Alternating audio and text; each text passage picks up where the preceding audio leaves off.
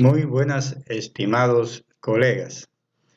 Les habla el doctor Raúl Brizuela Quintanilla, jefe del Grupo de Trabajo Nacional de Endoscopía Digestiva de la Sociedad Cubana de Gastroenterología. Les vamos a ofrecer una serie de conferencias a todos nuestros queridos colegas gastroenterólogos y endoscopistas del país, de nuestra sociedad, con el objetivo de hacer realidad lo propuesto por la Sociedad Interamericana de Endoscopía Digestiva con relación a que todos hablemos en un mismo idioma y con ello mejorar la calidad en endoscopía digestiva. Muchos de ustedes pudieron ver las conferencias que ofertamos en el reciente Congreso Virtual de Endoscopía y Gastroenterología de Ciego de Ávila, donde se ofrecieron los detalles con relación a la calidad de la endoscopía. Y uno de los aspectos principales es precisamente cómo nosotros vamos a reflejar en un documento oficial lo que nosotros vemos para que otros compañeros y nosotros mismos a la hora de enfrentar al paciente, pues poder llegar a conclusiones diagnósticas y brindar un tratamiento adecuado.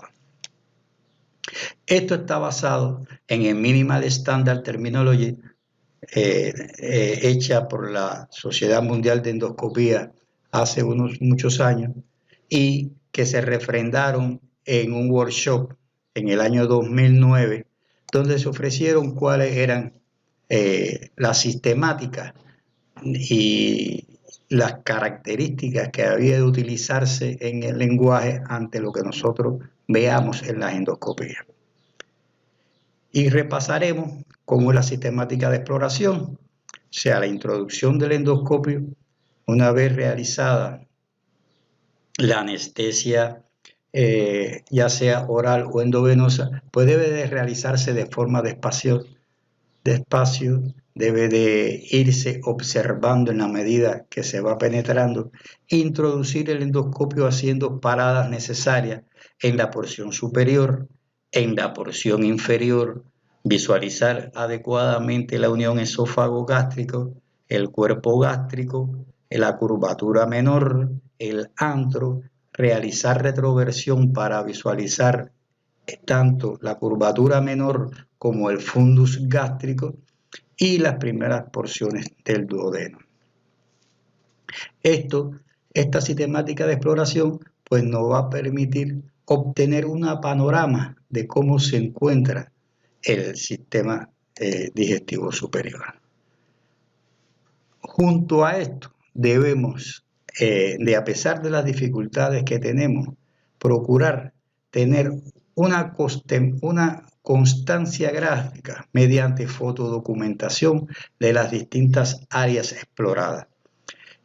que no deben ser menor de 11. Está contemplada en los índices de calidad no menor de 10. Y esto lo podemos realizar con los equipos que están condicionados para esto, o si no, pues gracias a la tecnología moderna de los teléfonos móviles, pues tomarle fotos para después ofrecérselas al paciente y con esto pues, contribuir a su mejor atención. En esta diapositiva podemos ver cuáles son los aspectos principales que deben de contemplarse en la fotodocumentación en la parte del esófago, de las porciones final del esófago, a nivel de la unión esófago-gástrica, la retroversión del fundus, la curvatura mayor y así las distintas áreas donde deben de tomarse. Ahora bien, para ponernos de acuerdo cómo vamos a definir y caracterizar una imagen endoscópica, es bueno tener en cuenta algunos aspectos desde el punto de vista semántico. La Real Academia define caracterizar como determinar los atributos peculiares de alguien o de algo, de modo que claramente se distinga de los demás. Los objetivos de esta caracterización pues no es más que obtener una información correcta de todo lo posible de lo que nosotros veamos en la mucosa gastroduodenal, ya que esto nos va a permitir pues hacer un correcto diagnóstico, una correcta visualización de lesiones que pueden llevarnos o sugerirnos a realizar un tratamiento endoscópico definitivo o paliativo. Ello nos va a permitir clasificar correctamente la lesión según los patrones de clasificación que vamos a ver más adelante, y que esto nos va a permitir disminuir la variabilidad interobservador y nos va a permitir, pues bueno, poder correlacionarnos todos en el mismo lenguaje. Y el objetivo no es más que reflejar correctamente la esencia de la lesión en el informe endoscópico, ya que todo debe quedar plasmado con constancia para poder llevar a cabo un enfoque diagnóstico terapéutico, ya sea de tipo definitivo, paliativo, o de enviar a otro centro para que sea valorada una conducta quirúrgica determinada. Por eso es que no se deben de utilizar términos vagos como pólipo plano, pólipo sésil, polvo milimétrico, lesión polipoidea, o sea, debemos de definir correctamente qué es lo que estamos mirando. Y para eso, pues nosotros debemos de establecer una rutina de exploración en el cual, si te contamos con equipos de generaciones avanzadas, pues debemos hacer un estudio completo con luz blanca, después pasar a un estudio con NBI, hacer coloraciones con índigo, con azul de metileno o con ácido acético. Y en el caso del esófago, donde hayan sospecha de lesiones neoplásicas, pues bueno, pues hacer tinciones con Lugol. En el caso de que no contemos con equipos de videoendoscopia, en lo cual tienen todas estas características, pues en los estudios con endoscopios de fibra con luz blanca, pues utilizar la cromoendoscopía clásica, utilizando pues el ácido acético, que define muy bien las lesiones, utilizar el azul de metileno, que nos señala las lesiones de metaplasia, como vamos a ver más adelante, utilizar el índigo carmín para ver las características de las estructuras en los pliegues de la mucosa. Y para las lesiones del colon, pues más específicamente sí hay que utilizar en toda lesión con NBI, hay que utilizar magnificación, hay que utilizar cromoendoscopía virtual o convencional y estudios para poder definir adecuadamente los patrones de los surcos, como se definen. Ustedes saben que la mucosa pues contiene toda una serie de características, en lo cual uno de los más importantes es el patrón vascular, ya que un patrón vascular alterado pues nos va a permitir poder apreciar áreas donde se pueden presentar lesiones. Por eso es muy conveniente examinar detenidamente las distintas o los distintos transformaciones que puedan existir en el patrón vascular. Y esto lo podemos realizar sencillamente pues acercando nuestro endoscopio hasta la musculatura, hasta la mucosa. En el caso de los equipos con magnificación, pues bueno, al utilizar la magnificación nos permite poder ver, pues bueno, toda una serie de características que hay que ver, como es la uniformidad de la vascularidad, el calibre, la existencia de zonas de dilatación. Todo esto nos puede llevar a sospecha.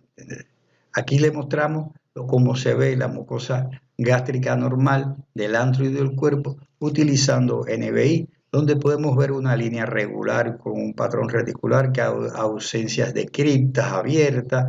que hay zonas regulares ovales en forma de panal, que el patrón capilar se ve que está uniforme. Esto nos conlleva a poder definir aquellas áreas y tomar muestras dirigidas a esas zonas anormales. Fundamentado por toda esta serie de cosas, tratando de hablar en un mismo idioma, pues hace muchos años, en el 2003, pues se llegó a un consenso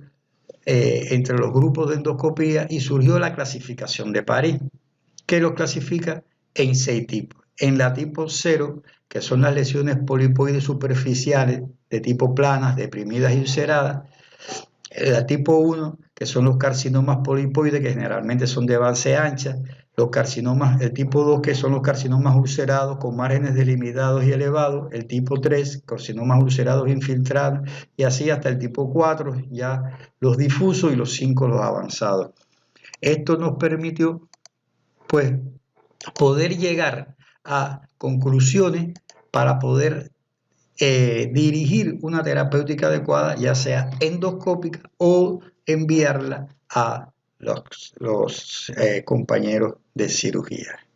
La clasificación endoscópica de París para las lesiones superficiales, que es la que nos compete y la que más vamos a utilizar nosotros los endoscopistas, pues las define las lesiones de tipo 0, que las definen en polipoides y no polipoides. Dentro de las polipoides son las que nosotros vemos, que es la clasificada 0,1, que puede ser la 0,1P, que es la polipoide, la 0,1S, que cuando es sésil, y la SP cuando es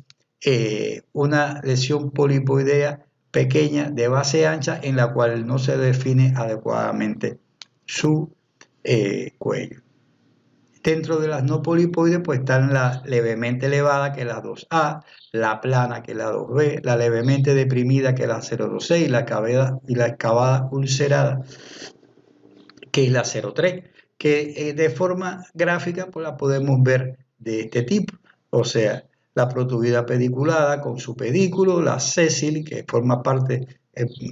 muy unida a la mucosa gastroduodenal, la de pedículo corto con un pedículo muy pequeño, pero que sin embargo uno lo puede mover y separarlo de la mucosa de alrededor, la 0,2A, que es la elevada, la plana, que está al mismo nivel de la mucosa, la levemente deprimida y la excavada.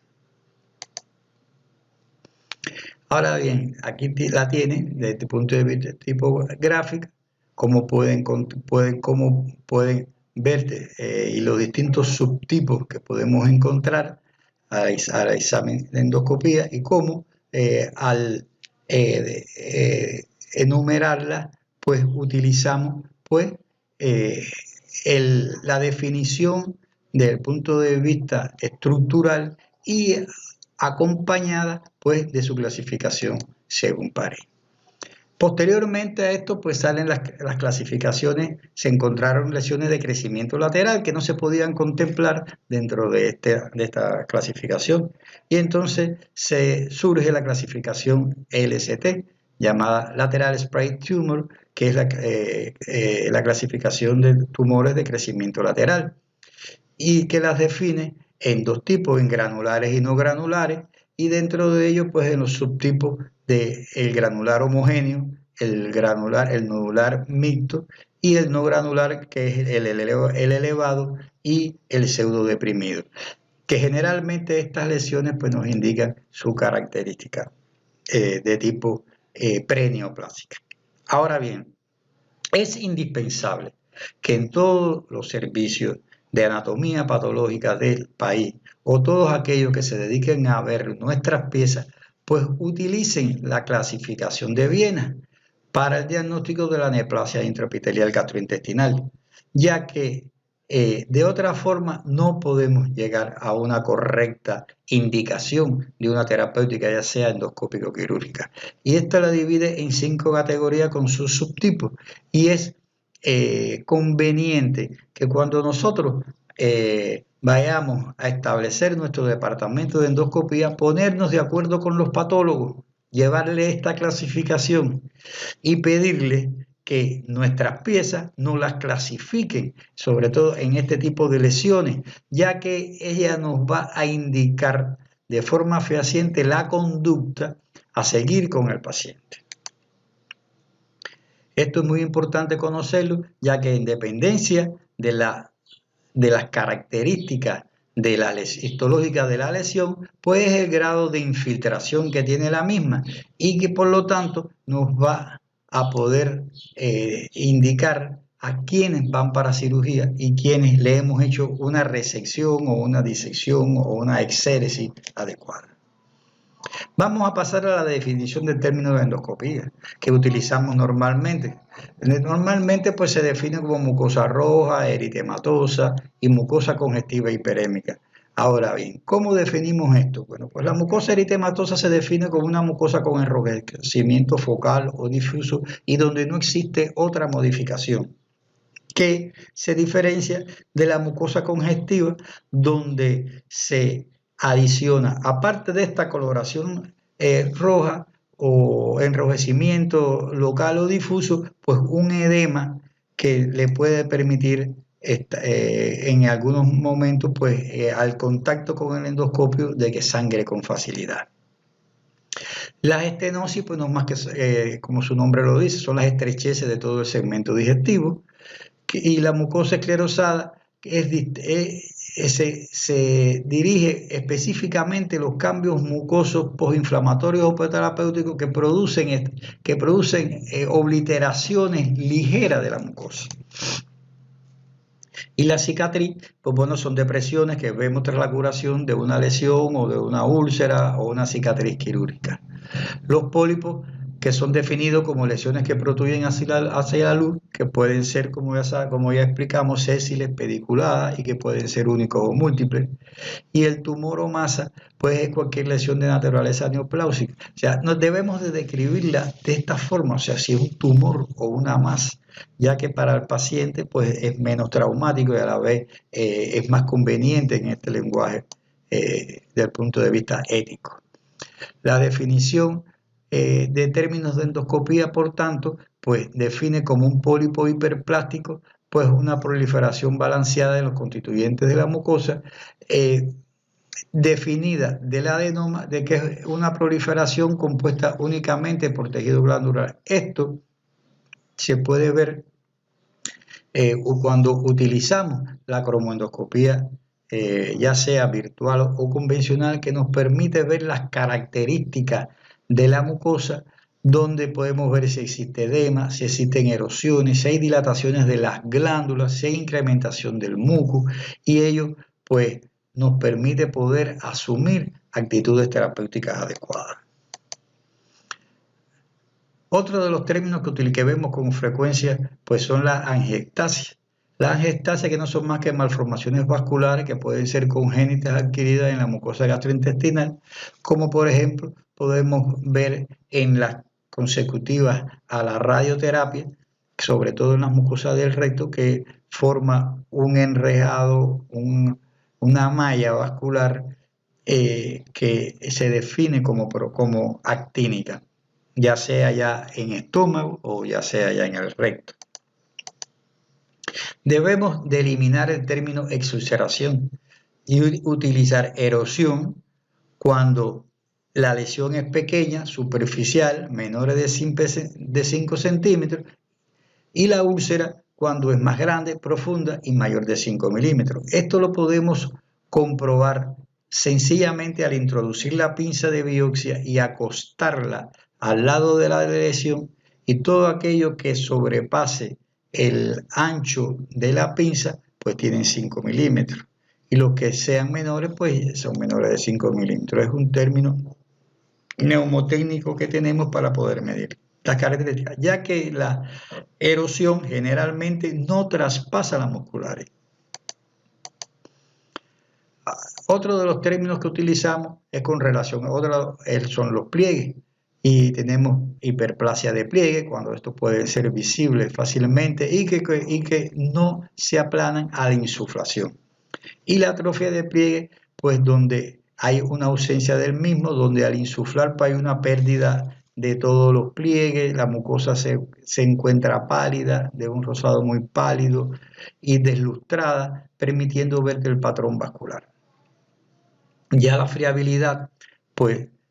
ocurre cuando se producen pequeñas hemorragias al mínimo contacto con el equipo. Se dice que la mucosa está friable, y el punteado hemorrágico es cuando al introducir pues vemos que pueden aparecer de forma lineal o puntiforme lesiones de tipo rojizas sobre una mucosa generalmente eritematosa o edematosa. Otra de las lesiones que vemos con gran frecuencia son los divertículos, que no son más que protrusiones de la mucosa en puntos débiles de pared que pueden ocurrir en cualquier parte del tubo digestivo y que lo podemos ver en el estómago, en el esófago, en el intestino, ya sea ya en el delgado o en el grueso, y que esto nos obliga pues a manipular de forma adecuada el endoscopio o el colonoscopio por la susceptibilidad de una perforación. Y bueno, mi amigo, hasta aquí la primera parte de estas conferencias, de este ciclo de conferencias que le brindamos. Le exhortamos a que no se pierdan esta continuidad. La semana próxima le daremos la segunda parte, que estará dirigida